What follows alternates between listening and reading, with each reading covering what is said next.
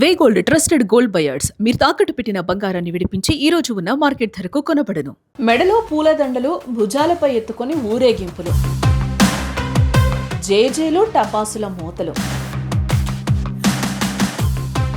ఇంతకీ ఈ రేంజ్ లో బిల్డప్ ఇచ్చి ఊరేగిస్తున్న ఈ వ్యక్తి ఎవరు? ఏమైనా దేశాన్ని ఉద్ధరించి వస్తున్నాడా అంటే అది కాదే. ఒలింపిక్స్ లో మెడల్ సాధించాడా? అది కాదు. లేక ప్రజా పోరాటంలో జైలుకి వస్తున్నాడా? కానీ కాదు.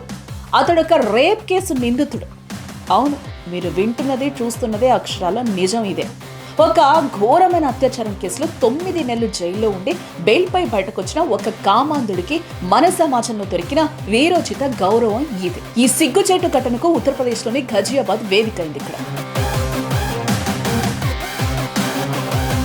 ఒక న్యాయ విద్యార్థిని నమ్మించి లాయర్ని పరిచయం చేస్తానంటూ ఫ్లాట్కు తీసుకెళ్లి అత్యాచారానికి పాల్పడిన కేసులో హిందూ యువవాహిని మాజీ సభ్యుడు సుశీల్ ప్రజాపతిని పోలీసులు గతంలో అరెస్టు చేశారు. 9 నెలల పాటు జైలు శిక్ష అనుభవించిన ఈ దరిద్రుడికి, ఈ నిందితుడికి మే 17న బెయిల్పై విడుదలయ్యాడు. జైలు నుంచి బయటకు అడుగు పెట్టగానే అతడి అనుచరులు, మద్దతుదారులు చేసిన హంగామా ఇది. ఈ దరిద్రం అంత ఇంత కాదు. నిందితుడి మెడలో భారీ పూలదండలేసి విక్టరీ సింబల్స్ చూపిస్తూ హీరో రేంజ్ లో భుజాలపై ఎత్తుకుని ఊరేగించారు.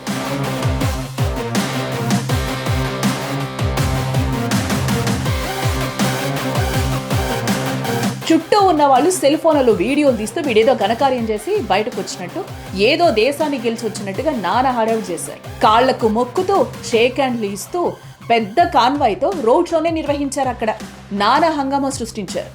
జైలు గేటు బయట కనిపించిన ఈ దృశ్యాలు ఒక్కసారిగా అందరికీ విస్మయానికి గురి చేస్తున్నాయి. ఆ జైలు దగ్గర చేసిన ఆ హంగామా అంతా చూస్తుంటే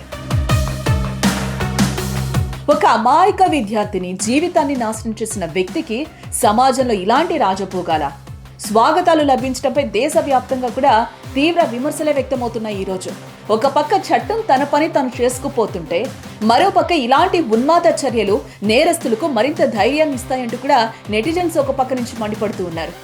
బాధితురాలి ఆవేదన, ఆ కుటుంబం పడుతున్న ఆ బాధని, ఆ నరకాన్ని ఏమాత్రం పట్టించుకోకుండా ఇంత పబ్లిక్గా, ఇంత బాహాటంగా వికృత చేష్టలతో వేడుకలు జరుపుకోవడం ఏ రకమైన సంస్కృతి? అసలు ఇలాంటి ఊరేగింపులు చూసిన తర్వాత రేపు సమాజంలో మహిళలకు రక్షణ ఎక్కడుంటుందని, ఏ ధైర్యంతో బాధితులు పోలీసులను ఆశ్రయిస్తారని మహిళా సంఘాలు తీవ్ర ఆగ్రహం వ్యక్తం చేస్తున్నాయి. అంతే కదా, ఈరోజు వాడు వచ్చి అంత రేపిస్ట్ ఈరోజు 9 నెలలు జైల్లో ఉండి బెయిల్ తీసుకుని హ్యాపీగా బయటకు వచ్చేసాడు. రేపు నిజంగా ఇలాంటి ఘోరాలు జరిగినప్పుడు ధైర్యంగా వెళ్ళి మహిళలు అక్కడ కంప్లైంట్ ఇచ్చే ఇది ఒక నమ్మకం గానీ, ఒక భరోసా గానీ ఉంటుందా? ఆ మనోవేదన ఎవరు తీరుస్తారు? ఆ బాధనంతా కూడా. ఈరోజు వాడు జైలు బయట చేసిన హంగామా మామూలుగా లేదు. వాడేదో దేశాన్ని ఉద్ధరించినట్టు, లేకపోతే ఏదో ఒలింపిక్ మెడల్ గెలిచినట్టు, నిందితుడికి బెయిల్ మాత్రమే వచ్చిందన్న విషయాన్ని మర్చిపోయి కోర్టు క్లీన్ చిట్ ఇచ్చినట్లుగా అక్కడ కలరింగ్ ఇస్తూ సోషల్ మీడియాలో పోస్టులు పెట్టడంపై కూడా సర్వత్రా ఇప్పుడు నిరసనలు కూడా వ్యక్తమవుతూ ఉన్నాయి. సామాజిక మాధ్యమాల్లో ఈ వీడియో విపరీతంగా వైరల్ కావడంతో ఘజియాబాద్ పోలీసులు కూడా ఇప్పుడు రంగంలోకి దిగడం జరిగింది.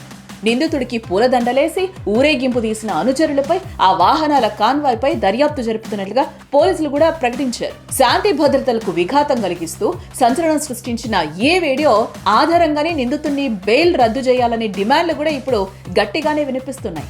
అసలు ఈ దరిద్రుడికి ఎందుకు బెయిల్ ఇవ్వాలి? వాడేమన్నా ఘనకార్యం చేసి వచ్చాడా? లేకపోతే ఏదన్నా ఇది చేసి వచ్చాడా? దేనికి వాడికి బెయిల్ ఇవ్వడం? సరే పోనీ బెయిల్ మీద వచ్చాడు, ఆ దరిద్రం ఎందుకు? మళ్ళీ ఆ బయట ఆ ఊరేగింపులేంది, ఆ షేక్ హ్యాండ్ లేంది, వాడేదో ఘనకార్యం చేసినట్టు. నేరానికి పాల్పడిన వాడిని కాకుండా వాడి వెనక ఉండి సమాజాన్ని హేళన చేస్తూ ఊరేగింపులు తీసిన ప్రతి ఒక్కరిని కూడా కఠినంగా శిక్షించాల్సిన అవసరం ఈరోజు ఎంతైనా ఉంది. తప్పు చేసిన వాడికి శిక్ష పడాల్సింది పోయి ఇలా సమాజంలో హీరోలా ఊరేగింపులు తీస్తుంటే ఇక బాధితులకు న్యాయం ఎక్కడ దొరుకుతుంది? ఇలాంటి ఘటనలు నేరగాళ్లలో భయాన్ని పెంచుతాయా, లేక నేరాలు చేయడానికి మరింత ప్రోత్సహిస్తాయా? అసలు మీరేమనుకుంటున్నారు? దీనిపై మీ అభిప్రాయాన్ని కామెంట్ రూపంలో చూద్దాం.